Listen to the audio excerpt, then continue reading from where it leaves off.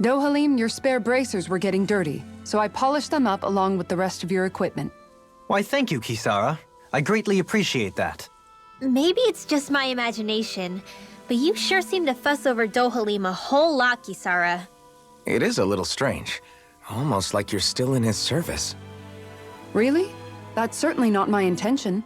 Besides, he's not the only one I'm like that with.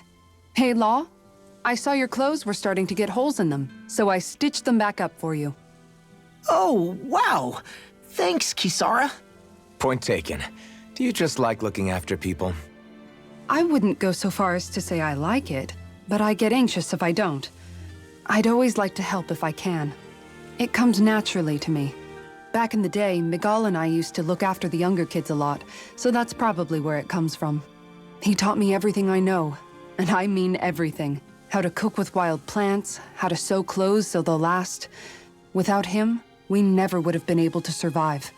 However, you're not a lord anymore, Dohalim.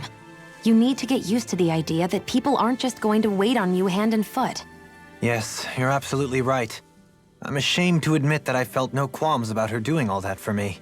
As both a Renan and especially as a lord, one becomes too accustomed to those beneath you tending to your every need, both Renans and Danans alike. Sure, that's how all you Renans are probably raised. But just to be clear, we're not your servants, Dohalim. Got that? Absolutely. Moments such as this provide me with ample opportunity to confront my unease. It is difficult to tend with my own motivations. What do you mean? The truth of the matter is that my espousal of coexistence in Menancia hardly came from an idealistic place. That instinctive unease I feel deep within serves as a reminder for what it is that all of us here fight for. Don't be so hard on yourself. No one's going to abandon you if you aren't always perfect.